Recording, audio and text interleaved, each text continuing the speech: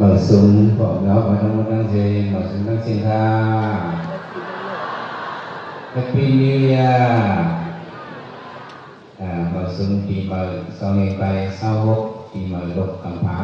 này hoa sẽ là cả đây vì khu số giờ năm nà sẽ lệ đây hợp mắtถึงทำดีเมืองพงเนี่ยในมะเขาวันเกิดสินทันครัววุ้นซุ่มเฮามหาป่าพยาธรรมเนาะอยากทำมหาป่า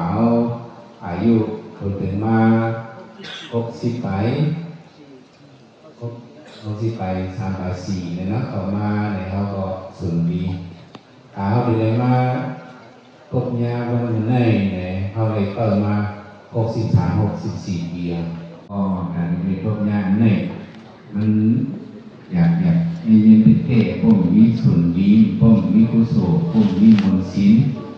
เขาอายุยืนยาวมาแต่ถึงวันนั้นไหนก็เบิกมนต์ศีลทำศีลเขา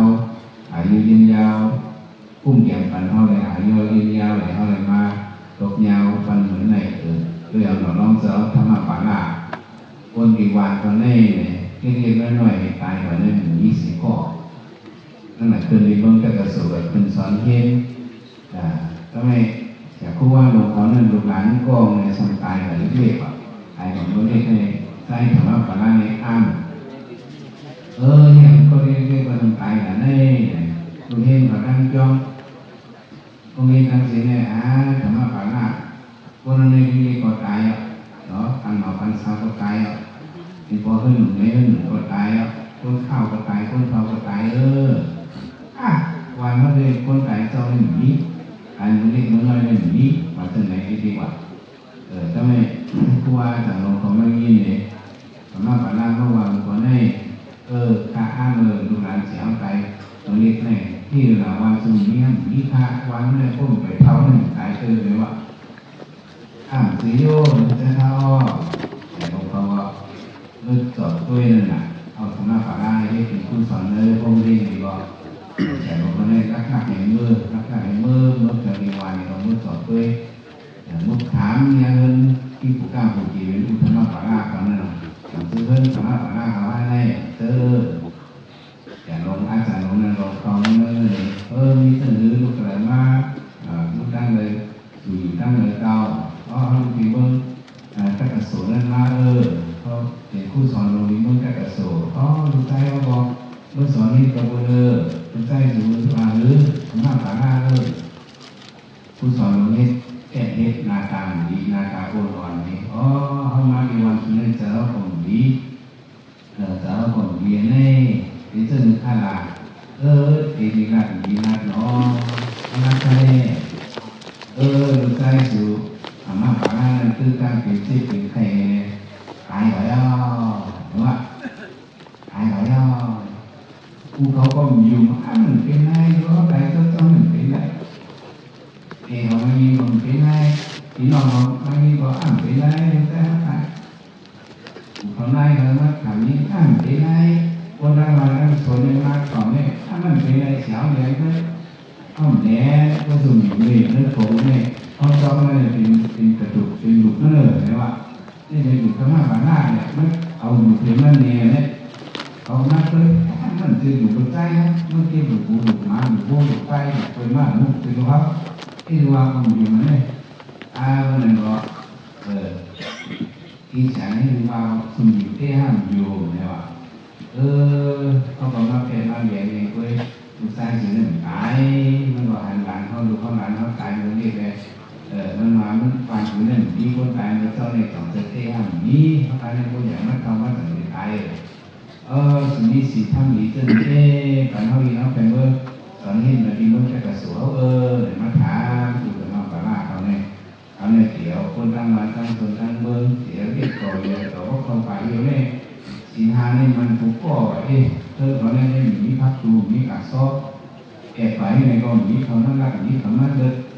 มีขาเอาเขากองทักอันนี้ก็เป็นอะไรพวกเรา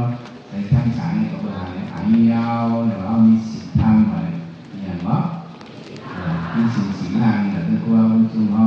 ว่ามันใจนั่นแหละเนาะเดี๋ยวทำเอาแค่สิ่งทำมันซูมเอาว่าขาดโดยเสียดายไหมนะครบของคนนั้นข้างเป็นอะไร nên mặt gặp nó lo nhà có hai con này ngưng về mấy ở ba của tôi này là cô mi xí này này cô nó ai yên giao rồi sự có ha rồi ta ai yên giao cái này hắc xí là cái này mi xí à cái này mi xí tham nó này thì anh xí nó đủ nè nó cái chín đủ không xí nói nó nhạt hơn rồi nè vào cam tay mau và méo thì tay mau nàyเขาว่าเฮ็ดเนี่ยเขาว่าเฮ็ดเนี่ยเนาะเขาว่าเก็บเนี่ยเขาว่าเก็บก่อนเลยเนาะว่าสิ่งนั้นมันทำอย่างมีจิตใจเขาเป็นอะไรตรงนี้จิตใจเนี่ยน้องก็เป็นสมาธิมันน้องจะทำน้องอยากเป็นตรงนี้จิตใจเนี่ยว่าแต่เขาแค่เอาใจเกินเลยตรงน้องลงว่าแต่เขาในเหตุหาแต่เขาในอย่างแต่ในพวกมันพวกในการไม่คิดถึงการอ่ะแต่ในเหตุหาตรงน้องลงมาพวกนั้นเหตุหาเนี่ยแต่นั้นเหตุหาเลยแค่รักเกินเลยก็แต่ในพวกนั้นการแต่ในเหตุหาแต่ละพวกตรงถุงนี้มันก็แต่ในเหตุหาแต่ละแค่เรียนมันก็แต่ในเหตุในพวกนั้นการแต่ละกินเราสุญญาก็แต่ในเหตุหาก็ต้องน้องลงมาเสนอโอเคต้นสิ่งนั้นนั่นก็เหตุหาในก็อย่าเฮ็ดในว่าพวกเฮ็ดมันอยากรู้อันไหนเฮ็ดนั่นเลยอันไหนเฮ็ดนั่นเลยอยากเนาะอาจารย์จ้าก็จะเท่าเหตุหาเนี่ยเขาจะได้ขึ้นข้างสติปัญญาท่านได้ขึ้นมาหรือเหตุหา